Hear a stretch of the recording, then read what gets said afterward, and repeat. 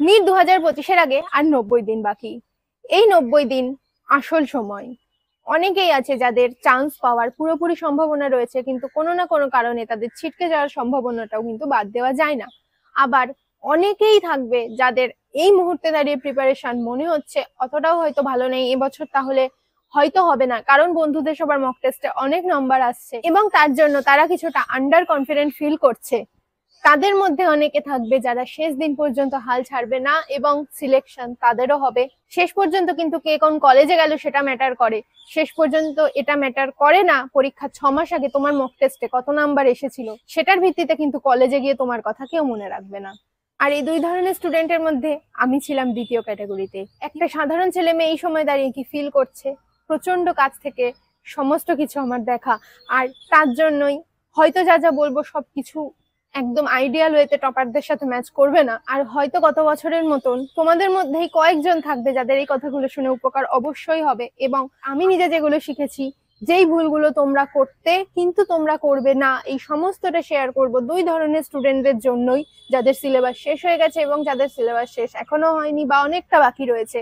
আর বিশ্বাস করো 90 দিন অনেকটা সময় আছে। ভিডিও যতজন দেখে আর যতজন এক্সিকিউট করে দুটোর মধ্যে তফাৎ আছে। যদি একজনে সেটা এক্সিকিউট করে আমাকে শেষ অবধি বলে, তাহলে আমার ভিডিওটা বানানো সার্থক হবে। এই ভিডিওটাই আমি বলবো দুই ধরনের স্টুডেন্টরা কি কি ভুল এই মোক্ষম সময়টাতে করতে পারো, আর সেটা থেকে তোমাদের বাঁচানোর জন্য এই ভিডিওটা আমি বানাচ্ছি। তো হ্যালো এভরিওয়ান, আমি প্রিয়দর্শিনী চ্যাটার্জি, আর.জি. কর মেডিকেল কলেজ অ্যান্ড হসপিটালে এখনো অবধি সেকেন্ড ইয়ার এমবিবিএস স্টুডেন্ট। আর আমি তোমাদের কথা দিয়েছিলাম যে আমার পরীক্ষা শেষ হয়ে গেলে নিট 2025 পর্যন্ত আমি সম্পূর্ণ 100% এফোর্ট দিয়ে তোমাদের সাথে থাকবো। আর সেই জার্নিটা এই ভিডিওটা থেকে শুরু করছি। তো চলো ভিডিওটার টপিকে আসা যাক। তো দেখো, প্রথমে তাদের জন্য বলি যাদের সিলেবাস প্রায় মোটামুটি শেষ হয়ে গেছে, অথবা ফেব্রুয়ারি মাসের 15-20 তারিখ বা ফেব্রুয়ারি মাসের মধ্যে শেষ হয়ে যাচ্ছে, তাদের হাতে রিভিশনের জন্য একটা যথেষ্ট টাইম আছে, সেটা হচ্ছে মার্চ এবং এপ্রিল মাস। তোমরা এই সময়তে দাঁড়িয়ে কি ভুল করতে পারো সেটা নিয়ে আগে বলি। সেটা হচ্ছে যার সিলেবাস শেষ হয়ে গেছে তার ওভার কনফিডেন্স, যে আমার সিলেবাস শেষ হয়ে গেছে, আমি সবার থেকে অনেকটাই প্রায় এগিয়ে গেছি। অনেকে আছে, সত্যি অনেকে আছে যাদের সিলেবাস শেষ হয়নি, তাদের থেকে সত্যি তোমরা এগিয়ে আছো, এটার মধ্যে কোনো দ্বিমত নেই।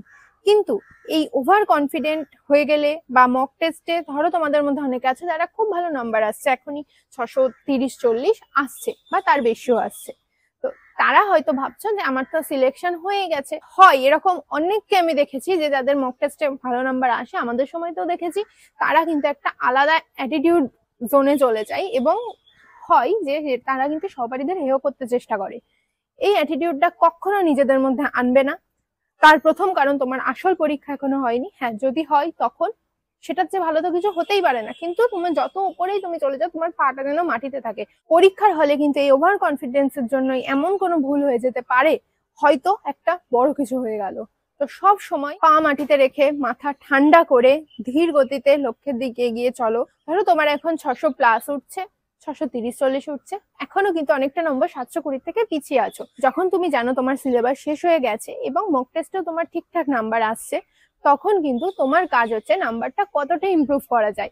আমি আরো ভালো র্যাঙ্ক আনতে চেষ্টা করব, এটা তোমার টার্গেট থাকবে। আজকে যদি আমার প্রিপারেশন থাকে আমি 620-30 পাচ্ছি, আমার নেক্সট 3 মাসে টার্গেট থাকবে সেটাকে আরো অনেকটা যতটা সম্ভব ইমপ্রুভ করা এবং শেষ পর্যন্ত 670-80-র দিকে যাওয়া। সেটা অবভিয়াসলি তোমার টার্গেট থাকা উচিত, কারণ তুমি অনেকের থেকে এই মুহূর্তে তুমিও যেন এগিয়ে আছো, বাট সেটা আমি যেরকম বললাম পা মাটিতে রেখে শান্ত মাথায়।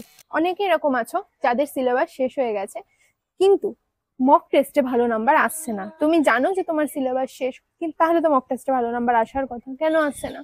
তার কারণ হচ্ছে হয়তো সিলেবাসটা একবার শেষ হয়েছে কিন্তু পুরোনো দিকের গুলো তোমার প্রপার রিভিশন হয়নি, হয়তো তোমার এমসিকিউ প্র্যাকটিসে কোনো ত্রুটি থেকে গেছে, হয়তো তুমি শুধু চ্যাপ্টার গুলো পড়েছো ভালো করে কিন্তু এনাফ কোশ্চেন প্র্যাকটিস করোনি।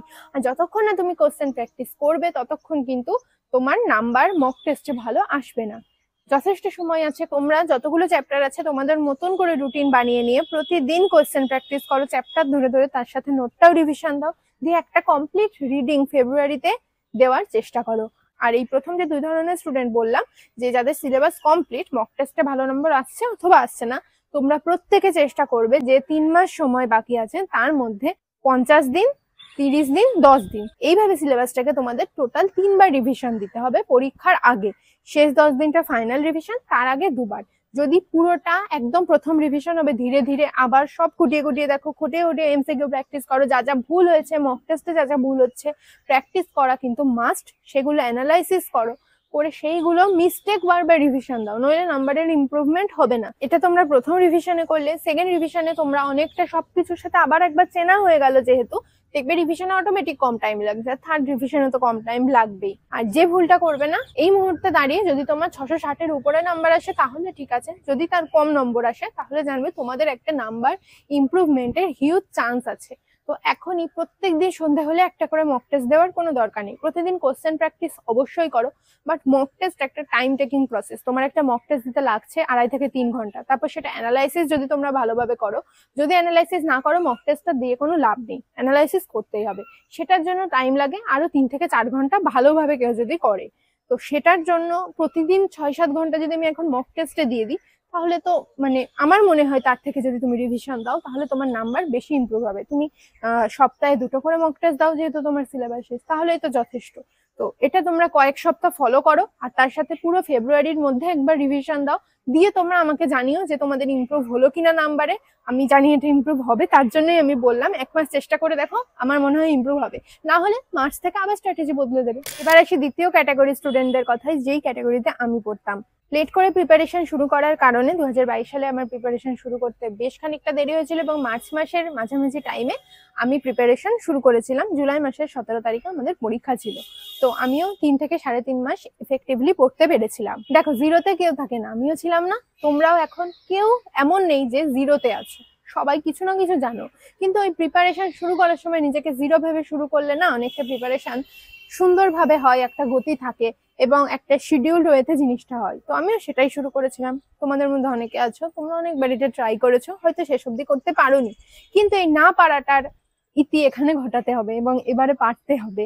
এই আপকামিং যে 90 ডেজ আসছে, এটাই কতটা পরিশ্রম করতে হবে, তবে গিয়ে একটা সিলেকশন হবে, এটা তোমরা বুঝতে পারছো। কার মক টেস্টে কত নাম্বার আসছে, কার সিলেবাস কত দূর হয়েছে, জার্নিটা তোমার, লড়াইটা তোমার। তো এখানে তোমাকে একাই কম্পিট করতে হবে, নিজের সাথে নিজের কম্পিটিশন। চান্স পেলে তুমি পাবে, চান্স না পেলে তুমি পাবে না। সেখানে অন্যরা কি করলো এটা নিয়ে কম্পেয়ার করে নিজেকে আরো পিছিয়ে নিয়ে যাওয়ার আমার মনে হয় কোনো মানে নেই। দেখো, এখনই মনে হচ্ছে হয়তো একটু একটু ভয় লাগছে যে হয়তো এবারে আমার সিলেকশন হবে না, তার কারণ খুব অল্প দিন বাকি। প্যাটার্ন যতই চেঞ্জ হয়ে যাক, কাট অফ তো হঠাৎ করে অনেকটা কমে যায়, এরকম কখনো হয় না। তো মনের মধ্যে কোথাও গিয়ে একটা ভয় লাগছে যে হয়তো এবারেও আমার সিলেকশন হবে না। আর এই ভয়টা দেখবে আমার কথা মিলিয়ে নিয়ে যদি এখন থেকে না করো, 1 মাস 1.5 মাস যত এর পরে যাবে ভয়টা বাড়তে থাকবে, এবং তুমি প্রিপারেশন এবছরেও ছেড়ে দেবে, যেটা কিন্তু আমি বারণ করে দিয়েছিলাম গত বছর নিট 2024 যখন হয়েছিল সেই ভিডিওতে। তখন যে প্রতিজ্ঞাগুলো করেছিলে সেই প্রতিজ্ঞাগুলো কিন্তু ছিল এই সময়টার জন্য, আমি এটাও বারবার বলে দিয়েছিলাম। এখন যতদিন যাবে হাল ছেড়ে দিতে মন করবে, বাট যে হাল ছেড়ে দেবে না, যে শেষ অবধি টিকে থাকবে, সে অবশ্যই মেডিকেল কলেজে যাবে। ধরে নাও তুমি যেটা ভাবছো সেটাই হলো, শেষ পর্যন্ত তোমার চান্স হলো না, তাহলেও তুমি কি এখন থেকে যে 3 মাস আছে হাতে সময়, এই 3 মাস তাহলে নষ্ট করে দেবে, এই 3 মাস শুয়ে বসে কাটিয়ে দেবে? এটা তো হয় না। এবং 2026-এর জন্য আবার প্রিপারেশন শুরু করবে, আবার এই এক লুপ, হয়তো আবার আরো কাট অফ বেড়ে যাবে। সেই লুপটার মধ্যে পড়তে চাও, নাকি এই 3 মাস প্রচন্ড পরিশ্রম করে দিনে 15-16 ঘন্টা বই নিয়ে বসে থাকে, যেভাবে হোক পরীক্ষাটা দিয়ে তোমরা এই লুপটা থেকে বেরোবে? তার কারণ সামনে কিন্তু আরো অনেকটা লম্বা জার্নি। ধরো তোমার এমবিবিএস হয়েও গেল, তারপরেও কিন্তু একটা অনেক জার্নি রয়েছে লম্বা, যেটা তুমি এখন যত দেরি করবে ওই দিকে পিছনে থাকবে। যত তাড়াতাড়ি সম্ভব এই নিটের লুপ থেকে বেরো, এই বছর নিজের 100% দাও, দিয়ে যেভাবে হোক তোমাদের চান্স পেতে হবে। 90 দিন সময়টা না একটা মোক্ষম সময়, এই সময়তে দাঁড়িয়ে কি কি ভুল করবে না, এটা নিয়ে এই ভিডিওটা। তো এতক্ষণ যেটা বললাম, হাল ছেড়ে দেওয়া যাবে না। আর দ্বিতীয় যেটা বলবো এই সময়ের জন্য, সেটা তো সবচেয়ে বেশি ইম্পর্টেন্ট আমার মনে হয়। এই যে টাইম পিরিয়ডের মধ্যে দিয়ে তোমরা যাচ্ছ না, নিটের আগের 100 দিন, 90 দিন, 60 দিন, এই সময় লঞ্চ হবে বিভিন্ন ধরনের ক্র্যাশ কোর্স।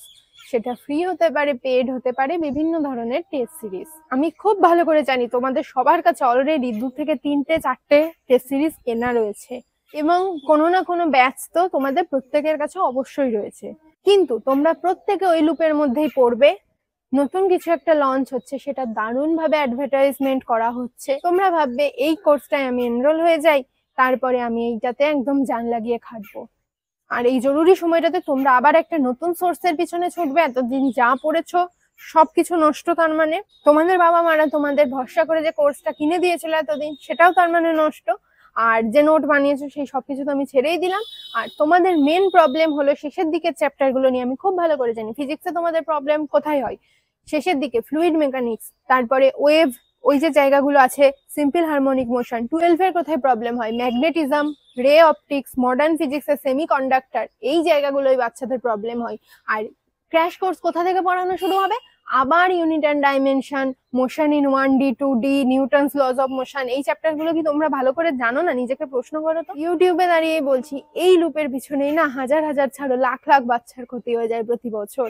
তার কারণ পরীক্ষার আগে প্রতি বছর এরকম নতুন চাকচিক্যময় কিছু সোর্স চলে আসে, আর বাচ্চারা পুরোনো জিনিসগুলো ভুলে গিয়ে সেই নতুনটার প্রতি আকৃষ্ট হয়ে পড়ে। কেন এত কনফিডেন্সের সাথে বলতে পারছি, নিজে এগুলো থেকে ভুগেছি। বিষয়টা হচ্ছে নতুন সবকিছুই সবসময় আকর্ষণীয় লাগে, আমরা পুরোনোটা ফেলে সেটার দিকে ছুটি।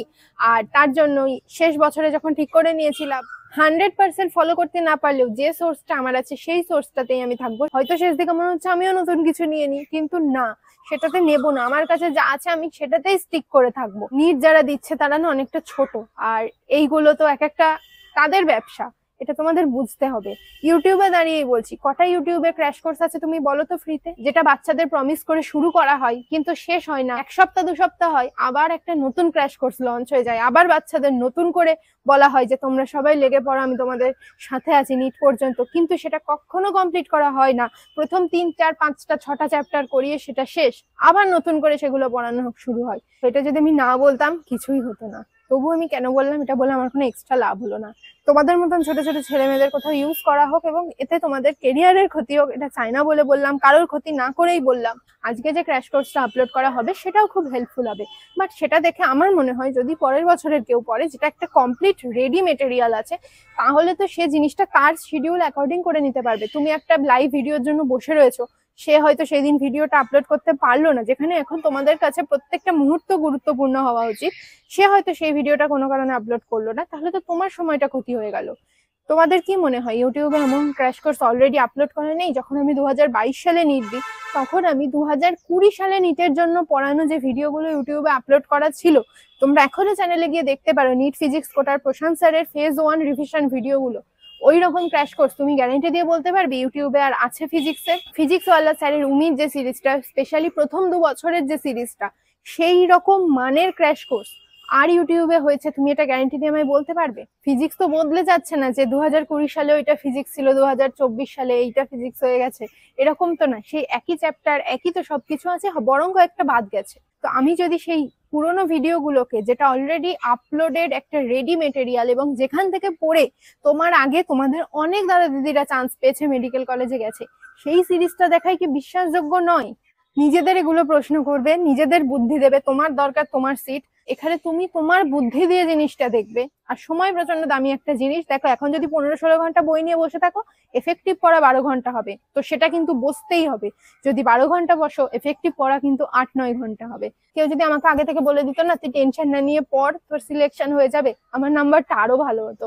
8 থেকে বেশি সময় আমি এইটা ভেবেই কাটিয়ে দিয়েছিলাম যে আমার সিলেকশন হবে কি হবে না। আমি জানি এই চ্যাপ্টার থাকে, সেই চ্যাপ্টার এখনো আমার মাথায় থাকে, বাট আমি যেহেতু তোমাদের বলছি, যেভাবে বলছি পড়ো, সিলেকশন হবে, টেনশন নিও না।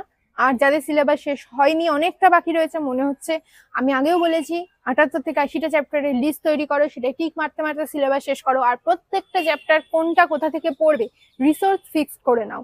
কোনো স্যার ম্যাডাম বলছেন যে সামনের সপ্তাহে আমি ওটা ভিডিও আপলোড করব, পরে ওটা পড়িয়ে দেবো, সেই রকম সোর্স বাদ। যেগুলো আপলোড করা আছে, হোক সেটা 2 বছরের পুরনো, সেখান থেকে পড়া কমপ্লিট করো। সিলেবাস শেষের দিকে দৌড়াও, কারোর উপর এই সময় ভরসা করে থেকো না। শুধু নিজের ভরসা নিজে করো, নিজের মোটিভেশন এই সময়তে দাঁড়িয়ে নিজের ভেতর থেকে আনো। আর বাকি কিছুটা পুশ করার জন্য তো আমরা সবাই রয়েছি, কিন্তু নিজের পড়াশোনার জন্য ভরসা একদম কারোর প্রতি করবে না। আর আমার ইনস্টাগ্রাম এখন আবার তোমাদের জন্য খোলা আছে, তোমাদের নিট পর্যন্ত পুরোপুরি খোলা থাকবে। যখনই কোনো পার্সোনাল ডাউট আসবে সেটা আমায় বলতে পারো, ভালো না লাগলে লিখে পাঠিয়ে দিতে পারো, অনেকে আছে এরকম করে, আমি চেষ্টা করি।